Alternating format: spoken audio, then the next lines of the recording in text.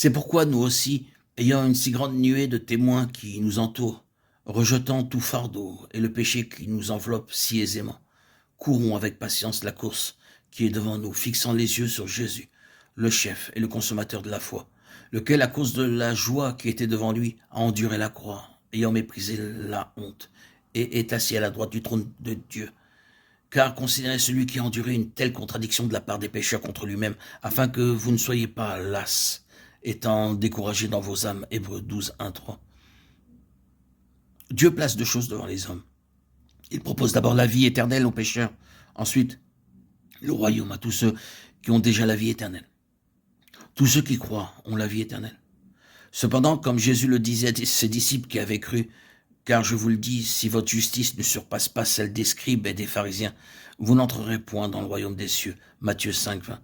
Le Seigneur Jésus déclarait aussi, ceux qui me disent Seigneur, Seigneur, n'entreront pas tous dans le royaume des cieux, mais seulement celui qui fait la volonté de mon Père qui est dans les cieux. Matthieu 7, 21.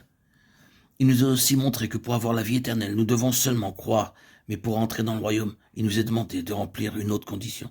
Dès qu'une personne est sauvée, Dieu la place dans une course qui est devant elle. La vie tout entière d'un chrétien peut être comparée à une course. Il ne s'agit pas de courir pour obtenir la vie éternelle. Cela ne signifie pas que celui qui gagne cette course recevra pour récompense la vie éternelle. Au contraire, c'est uniquement la personne qui a la vie éternelle qui est qualifiée pour courir.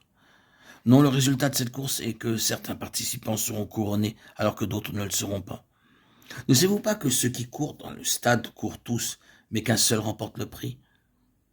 Courez de manière à le remporter. Tous ceux qui combattent s'imposent toute espèce d'abstinence, et ils le font pour obtenir une couronne corruptible. Mais nous, faisons-le pour une couronne incorruptible. 1 Corinthiens 9, 24, 25. Que signifie donc cette couronne ? La couronne représente le royaume. Elle signifie régner, avoir la domination et la gloire. Ainsi donc, obtenir la couronne signifie gagner le royaume, c'est-à-dire régner avec le Seigneur Jésus et avoir la domination et la gloire. Perdre la couronne signifie ne pas avoir le royaume, ne pas régner avec le Seigneur, ni recevoir la domination et la gloire. La couronne symbolise le royaume. Pour le chrétien, avoir la vie éternelle est une chose réglée, mais avoir le royaume dépend de la manière dont ce chrétien court. Dès qu'une personne est sauvée, Dieu la place dans une course qui mène tout droit au royaume.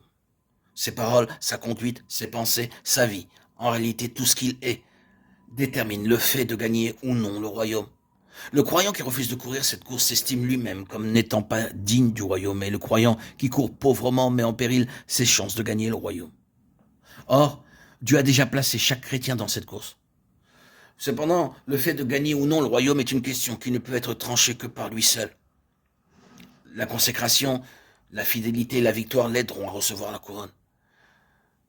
Mais ceux qui aiment le monde et vont après la chair n'obtiendront pas le royaume des cieux, bien qu'ils soient en possession de la vie éternelle, ayant cru au Seigneur Jésus.